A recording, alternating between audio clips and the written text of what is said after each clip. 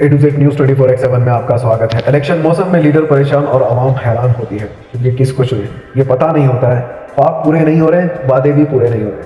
आने वाले कुछ ही दिनों में कर्नाटक में इलेक्शंस होने वाले हैं जिसमें अहम पार्टीज कांग्रेस और बीजेपी हैं। अब यहाँ पर गवर्नमेंट तो बीजेपी की है, लेकिन बीजेपी की सरकार में कर्नाटका अपनी पहचान होता हुआ दिखाई दे रहा है, क्योंकि कर्नाटका जो इंडिया का आइडिया है और साथ ही साथ इसे स्टार्टअप सिटी भी कहा जाता है, उसकी टक्कर पर उसी के पड़ोसी स्टेट से हैदराबाद खड़ा हो चुका है। इसके पीछे की अहम वजह पिछले 5 सालों में बीजेपी ने जो काम किए हैं और ये जिस वजह से चर्चे में रहा है वो मुस्लिम समाज हिंदू समाज में नफरतों के बाजार गर्म करना और हिजाब का मामला हो या फिर मजहबी रंजिशों को फरोख्त देना हो। इसमें पिछले 5 सालों में बीजेपी चाहे जितना भी अपने आप को आगे दिखाकर बताएं, लेकिन स्टार्टअप सिटी का कॉन्सेप्ट दरअसल कांग्रेस ने स्टार्ट किया था। अब ये आइडियोलॉजी तो चल रही है, लेकिन ये साथ ही साथ आरएसएस की आइडियोलॉजी स्कूली किताबों में भी थोपना चाहते हैं।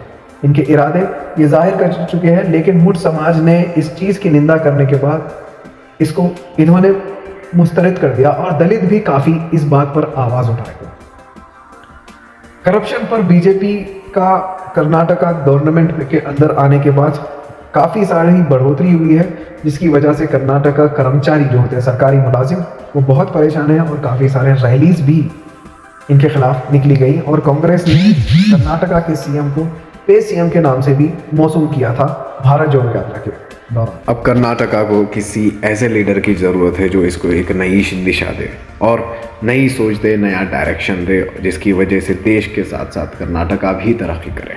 इलेक्शन के दौरान आप गौर करेंगे व्हाट्सएप पर, यूट्यूब पर या फेसबुक पर अचानक से मज़हब से रिलेटेड आपके वो वीडियोस दिखाए जाते हैं और साथ ही साथ आपके माइंड को डाइवर्ट करने की कोशिश की जाती है अहम मुद्दों से, जो कि बढ़ती महंगाई, बढ़ता पेट्रोल, सारी चीज़ें जो डिस्टर्ब हो चुकी हैं, इकोनॉमिकल स्टेटस ऑफ इंडिया, ये सारी चीज़ें छुपाने के लिए की जाती हैं और हर पार्टी अपने नाकामी छुपाने की कोशिश करती है जो सत्ता में रहती है बेसिकली।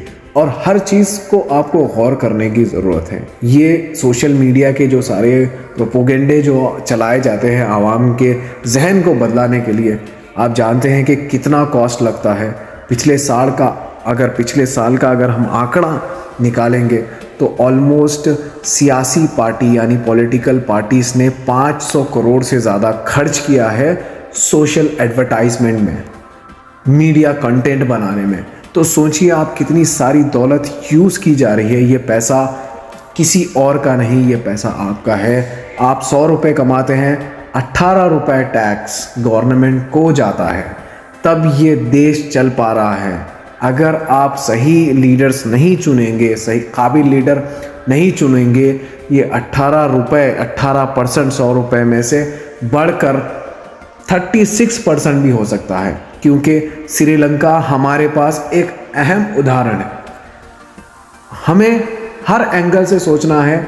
हिंदुस्तानियत किसी मज़हब को बड़ा बनाती नहीं है, हर मज़हब इसके हिसाब से, इसके क़ानून में बराबर है। आपको ये चीज़ सोचने की इस दौर में तो कम से कम ज़रूरत है, क्योंकि हमने जो लड़ाई लड़ी थी आज़ादी की, 1947 में हमारा मुल्क आज़ाद हुआ था। हमने कभी ये नहीं सोचा था कि हम अलग हो गए।